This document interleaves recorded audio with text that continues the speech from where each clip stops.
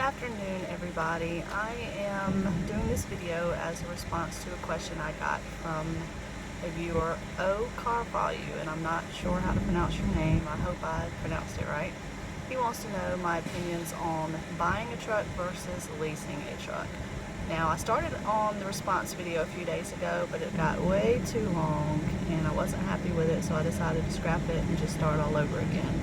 I'm going to try to make this as short as I can, and try not to do a whole lot of editing if at all possible. But I am kind of forgetful, so I may be editing it a few times. We'll see. And not to mention, my AC is not working, so I'm sitting in this hot truck trying to do the video and not pass out. Well, it's not that bad, but anyway, it is kind of hot and sticky, so excuse me if I don't look that great. I am trying to beat the heat. So I have leased a truck with probably about 4 different companies, and I have recently bought my own truck and trailer. Now, when you go from company driver to owner-operator, whether it be leasing or just flat out buying a truck, there are going to be things that you are going to be responsible for. And some of these things you may have not even thought about as a company driver. You're going to be paying not only for your truck, but you're going to be paying for bobtail insurance, tractor insurance, and trailer insurance, possibly if you have your own trailer or if you are renting a trailer. You'll be buying base plates or license plates. You will be paying your 2290s, which is a heavy road use tax. You will be paying for fuel tax, and that is offset by buying fuel in the states that you travel through. And if you buy fuel in just about every state you go through, you usually don't have to pay a whole lot of taxes. It can be just a few dollars depending on how you do it. You're going to be paying for possibly workers' comp or occupational insurance. Depending on the state you live in, they may require that. They don't require it in Georgia, but I've heard that some states do require that. And things you may not have thought about, such as if your company uses Qualcomm, you're going to be paying for that Qualcomm, which your lovely e-logs are on. Could be a satellite fee also associated with that. If they use Comdata, there are going to be Comdata fees. There's going to be fees whenever you take money off your Comdata card. Whenever they load money onto your Comdata card, they may charge you what's called a wire fee for putting money on your card. There are several fees associated with Comdata and probably also with the other pay cards that are out there. If you use TransFlow or TripPack to send in your bills or scan them in, you will be paying for that TripPack or TransFlow now because you're an owner-operator. So that's just another fee that you have to pay for. Not to mention such things as scale tickets. If you weigh your loads, you're going to be paying for that now. The company's not going to reimburse you anymore. There are a lot of different things that you are going to be paying for. Now, there are some companies that will pay for such things as your base plates or your permits. And I think I forgot to mention that also. Permits you're going to be paying for. Each company is different, so you're going to have to ask a lot of questions if you're interested in hiring on to the company. Now, in reference to owner-op versus lease driver, as an owner-op, everything I mentioned above, you're most likely going to be paying for, unless the company has some type of bonus plan where they'll pay your base plates after you've been there for a certain period of time, or some other program where they pay something for you. You're going to be paying for everything as an owner-op. As a lease driver, maybe not so much. It depends on the company you go for. They have a lot of different ways that they are set up and a lot of different things that they pay for depending on the company that you go to. Another thing you're going to be looking into when you're getting into an owner-op situation is how you're paid. Some companies pay you by the mile, and with my experience as being a lease driver, that is not a good thing. The companies that I worked for that paid by the mile were companies that had company trucks and lease trucks. They were not set up as an owner-operator company at all. They their bread and butter was the company trucks. So, and they did the lease as a bonus to themselves. So it didn't benefit you at all because, you know, I'd work for such low pay as 94 cents a mile plus fuel surcharge. So what happens in a situation like that is you run your tail off trying to make money and pay for that truck. The flip side of that is they did pay for quite a few things for me, but then again, making 94 cents a mile, I couldn't afford to pay for a lot of stuff myself anyway. Now, sticking with that company that I'm thinking of that had all the company trucks, they treated me like a company driver. They did not have a load board where I could log onto the internet and find my own loads. They did not have agents for me to call to find a load. They dispatched me just like I was a company driver, one load at a time. And if I didn't want it for whatever reason, I had to tell them no and wait for them to find me another dispatch, which could, I mean, who knows how long it could take. I've actually sat for over a week waiting to be dispatched. So, the other option is percentage pay. To me, that works out the best because not every load pays the same. If you're on mileage pay, you're making the same no matter what. So if your load pays $1.20 a mile, you're making your 94 cents or whatever it is, and then you get a load that pays $3.25 a mile, you're still making your 94 cents. So I would rather have the opportunity to get a pay raise whenever the rates change. But that's just me, you know. That's my personal opinion. And the companies that do the percentage pay were the ones that I worked for that didn't really have company trucks. They were actually set up as owner-operator companies. And they had load boards where you could find your own loads. They had a list of agents that they gave you could call so that they could help you find loads. They did not dispatch you. They did not treat you like a company driver. They let you do whatever you wanted to do, when you wanted to do it. You were on your own. You were treated just like an owner-operator. That is the company I would want to work for. And, you know, I have worked for a company like that versus the other type with a bunch of company trucks. It's night and day difference. If you like being a company driver but you want to lease a truck and make a few extra pennies, you know, the first option may be okay for you. But if you truly want to be an owner-operator, look for a company that treats you like an owner-operator and doesn't have a bunch of company trucks. With that being said, if you own your own truck, you can lease on to one of those companies that have a lot of trucks that are company trucks, and they also lease on owner-operators. But you're going to be in that same situation. Even though you are an owner-operator and you're bringing your own truck to this company, they're going to treat you like all their other lease drivers they have. They're going to dispatch you like a company driver and treat you like a company driver. So as an owner-op, you can lease on to whoever's hiring, but why would you want to work at a company like that? And as an owner-operator, you are, you know, pretty much free to do whatever you want. You can work when you want, you can go home when you want, you can stay home as long as you want. If you're doing a lease, that payment for that truck is going to come out every week. It doesn't matter if you're working or not. So they may not hassle you to come back to work. Most likely they will, because they know that you have to pay for that truck. They're taking deductions out every week, and if you stay home too long, you're going to dig yourself into such a big hole you're not going to be able to get out of it. So they most likely are not going to be real happy if you go home for very long if you're leasing a truck. So as soon as you get back from vacation or home time with a lease truck, you're going to automatically be in the hole. You're going to have to dig yourself out of that hole and then try to make a profit on top of that.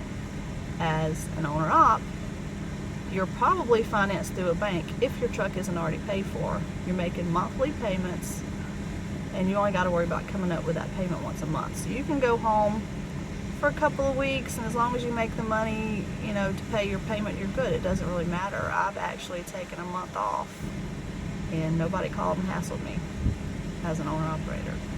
So it depends on the company that you're hired onto, and if you're doing a lease, that lease is going to obligate you to work more than if you did own your own truck. A lease truck is generally very expensive. A lot of the companies like to brag that they got newer trucks for you to lease. which are only a few years old, which is fine, but being only a few years old does not guarantee that it's not going to be breaking down all the time. So you may or may not benefit from it being a newer truck, but you will be paying a hefty price tag, because they are going to sell that truck for you for probably more than it's worth, more than they could get if they traded it or got rid of it outright.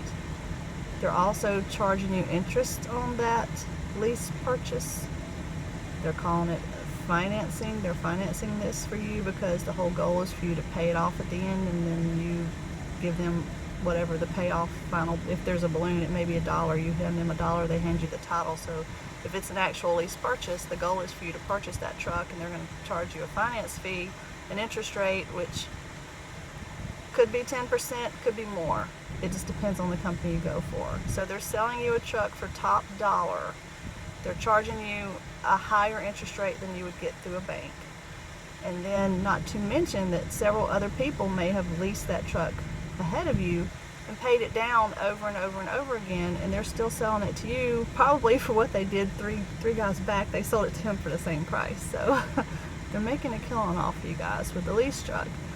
And I already knew that going in before I ever leased a truck. But you have to be realistic with your expectations. And leasing a truck is a lot of hard work. It commits you to stay out on the road and work your tail off to pay for that truck and actually make a profit. And as an owner-operator, you can go out and find the truck you want. The color, if that matters to you, the name brand, the type of motor it has, the type of transmission, etc., etc., etc. If you're leasing a truck, they're going to take you out into the parking lot, and they may have nothing but Freightliners. So all of them look the same. Go pick one, they say. So you got, 50 white Freightliners sitting in the parking lot, and the only difference between them is how many miles they got on them and how beat up they are, really. So you don't really have a choice as to the truck that you get.